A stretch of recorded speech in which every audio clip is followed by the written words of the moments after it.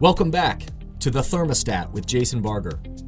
If you're currently on a commute, a walk, or just a micro break in your day, glad you're making time to step back, to think, and to reflect on the next steps on your journey. I've never been more convinced. The best leaders and team cultures in the world are the ones that make time to step back and calibrate their thermostat. I hope today's conversation leaves you feeling grounded and inspired. Now let's dive into today's topic to engage our minds and hearts in order to authentically lead and create compelling cultures wherever we are in the world. The big sign outside of the convenience store almost caused me to drive my car off the road. In big letters on this sign outside of the convenience store, it read, "Ass Fragrance Gift Sets. Buy one, get one free." Ass Fragrance Gift Sets. Buy one, get one free. My car almost swerved off the road because I couldn't believe the sign outside of this big convenience store that was trying to sell these items. And as I looked more closely, I realized they didn't spell out the word assortment. They just put ASS and a small period, which read ass fragrance, instead of assortment fragrance, and much was lost in translation. Evidently, language does matter. The words we use tell a story, and I for sure know that that was not the story that this convenience store was hoping to tell. In culture shaping, I talk with teams and organizations all the time that language drives behavior. If we can't describe what we want, if we can't describe the culture that we want, then we can't be surprised when it doesn't exist. If we can't describe what we want, the culture that we want, if we can't use language, then we can't be surprised when it doesn't exist. And so the words we use, the story we tell, the language that we want will drive the behavior that we have. And in a world that is more busy than effective, again, you hear me say that all the time, that so often in teams and organizations, and if you see the statistics about the workforce today, that we're running so quickly and so fast that oftentimes we're more busy than we are actually effective and productive, and which leads to us being often scattered, disconnected, and disengaged. We have to be able to articulate the culture that we want with those on our teams and within our organizations, or else the culture that gets created is very scattered and reactionary. Because, as you and I both know, the single biggest problem with communication is the illusion it's taken place. Is the illusion that we've communicated. We think we've communicated something. We think something is clear. We aren't being clear. And when we aren't being clear, then our work, our relationships, our performance suffers. And we also know that it's more than words. That the sign that's out front of our store or the poster that we put on the wall, we know that it's more than words. It's not about having a great poster on the wall. I can't tell you how many different companies I've walked into over the years. So many great companies, so many wonderful teams and organizations, and so many that have been lucky to serve and to support and to help them grow their leaders and their culture. And how many companies, though, to walk into a space and to see these giant words up on the wall, these posters, or words painted on their wall describing their core values. And you see words like integrity or innovation, these big words across their walls. But as I'm walking around and learning about their company and their culture, oftentimes I ask them, the people that are showing me, and I see those words, I say, tell me about your culture. What does it look like in action and behavior to live with integrity or innovation here? And oftentimes the response that I get is, it means integrity. It means innovation. that unfortunately, if we don't have the words to describe it, then it just becomes a nice poster on the wall. It just becomes language. And yet, the reality is, as we dive deeper into it, we know that language has the chance to be powerful. It has the power to connect us, to unite us, and to be the compass for how we show up on the journey together to accomplish our mission and vision. But it can't just be hollow words.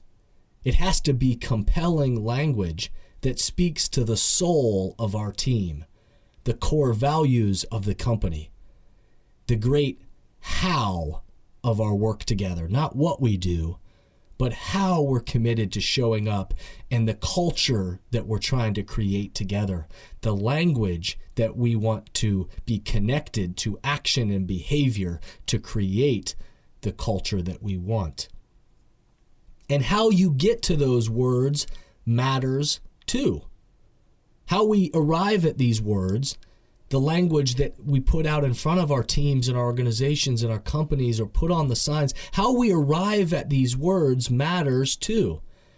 And in many settings, the core values language, and especially in older models or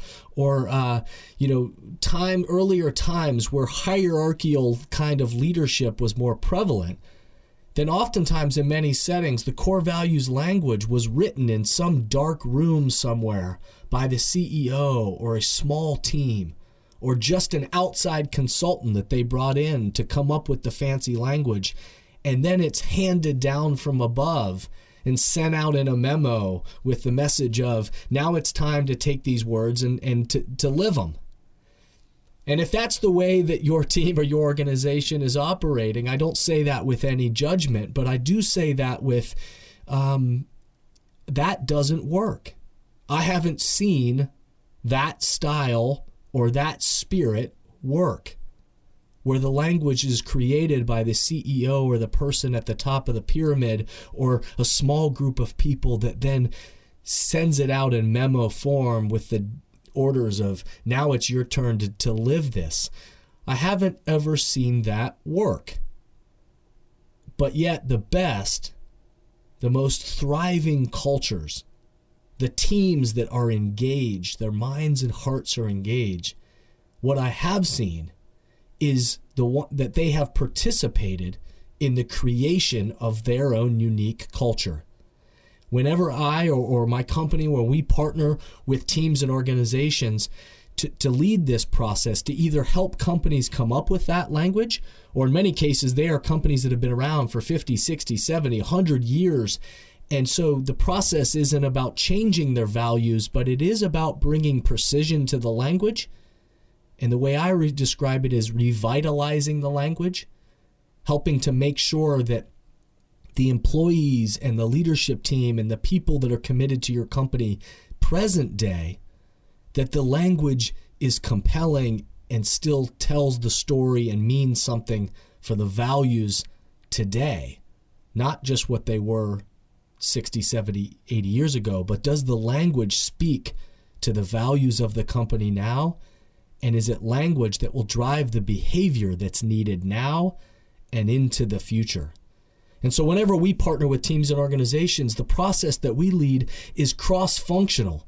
We gather cross-functional representatives from different roles throughout the company because we think that's important, that it's not just about the person on the top of the pyramid telling you here are the values, but it's about representatives from throughout your cultural ecosystem coming together and to having discussions and a process that we lead to help you discover what are the values that you want.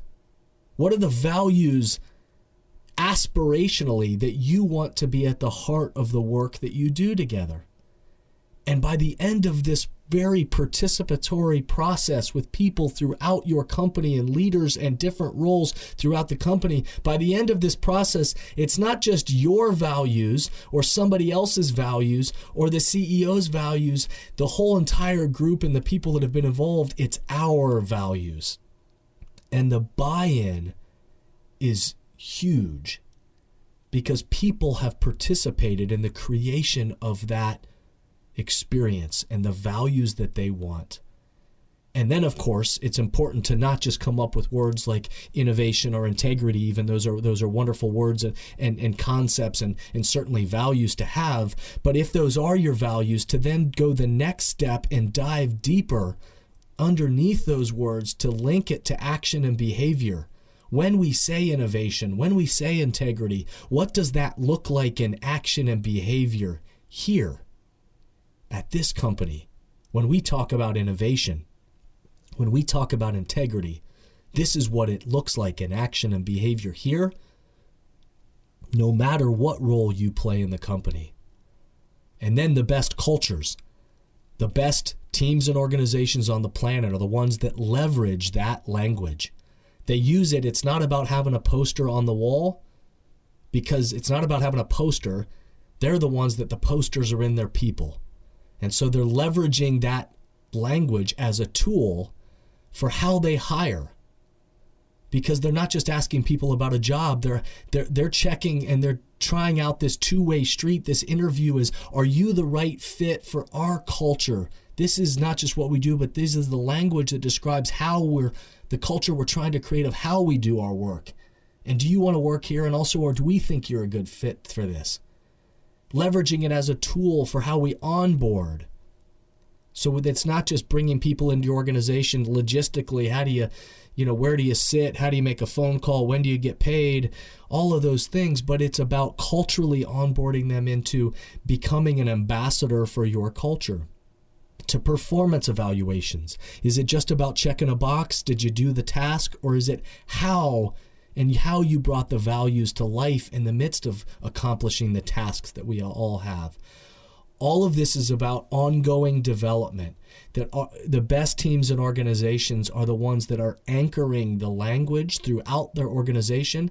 And at emerging leaders and the leadership team, everybody is a part of ongoing development of how do we raise the bar on how we lead and the culture we create every single day.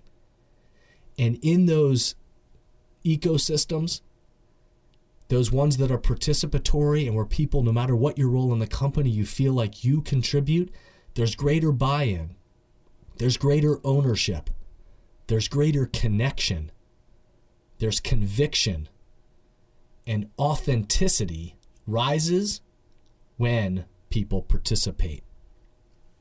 And I know this not just from working with many, many companies across the country and around the world, but I know this for my own life. For my family. My wife Amy and I, we've sat down and we've gone through this same kind of process together, and we continue to do it for our marriage, where we carve out time every single year to step back and to think about, well, how do we describe the type of marriage that we want to have, not just in year 15 or 16 or 17 or 18, but what does it look like, this next year? How are we committed, and how do we describe the type of relationship that we want? And we've done this exercise with our family as well. What is the kind of family that we want? And we've even gathered with our three kids, our three little weasels, who are growing at different stages of life, but to gather around a table and to not just tell them, hey, here are our values as a family, but to sit with them and to invite them into the process of, what kind of family do you want? And no matter whether you're a third grader, fourth grader, seventh grader, freshman in high school, second grader, kindergartner, all voices are a part of it. And we take the time to say, well, what is the type of family that we want to have? And we get them to participate, and all of us participate. And so some of the language that we've come up with over the years is that we know that we want to be a grateful family. And we've defined what we think that looks like. We want to be loving, and we've described in action and behavior what we think that looks like. We want to be healthy, respectful, and positive. Our family, by no stretch of the imagination, are angels. We are not perfect. We make mistakes. Just like every human and every family and every organization on the planet, things get messy and obstacles and challenges arise. But because we have clarity around the values and the culture we're trying to create, we can return to that as our compass to say, here's what we're striving to be, and how are we going to set that temperature next? Every single day we have a chance in the small conversations and then certainly the big conversations to set that temperature for how we communicate with each other, how we honor each other as humans, how we keep our communication a two-way street, and how we connect to each other to remind us of the values that we've established together. So just as we do on every single one of these podcasts, I want to leave with some questions for you to ponder, because the hope is that every time we listen to these, each week that you come to this message, I hope that there's something you're taking away that's causing you to think and engage your mind and your heart in your life and in the work that you're doing in the world. So some questions for you to ponder. Does your team or your organization or your community or your family, do you have clear language? Do you have clear core values? Is it a poster? Is it just a poster on the wall? Or is it actually being used as a tool where you're using it to guide your actions and you guide your own development, and to continue to look at it and say, how can we set this temperature every single day? Not perfectly, but we at least have something that we're striving for. How do you articulate the values you want to live? Because remember, if we can't describe the temperature we want, we can't be surprised when it doesn't exist. Language drives behavior. Thank you for listening to today's podcast, and I hope the messages and questions stimulate positive change along your path. As always, if these messages resonate with you and add value to your life, I hope you'll help amplify them throughout the world. Please rate, comment, and share on whatever podcast or social media platform you're using. And share this podcast with the people in your life or work who should be part of these conversations. That way, this spirit does, in fact, spread. If these messages or developing leaders and culture would be helpful to your organization, or you have a question or comment about this podcast, please contact us at jasonvbarger.com. And remember, we all are ambassadors for the culture we want to create in our life and work. We have to own the vision we want to be a part of. The future of leadership is you, is me, is us. Be a thermostat.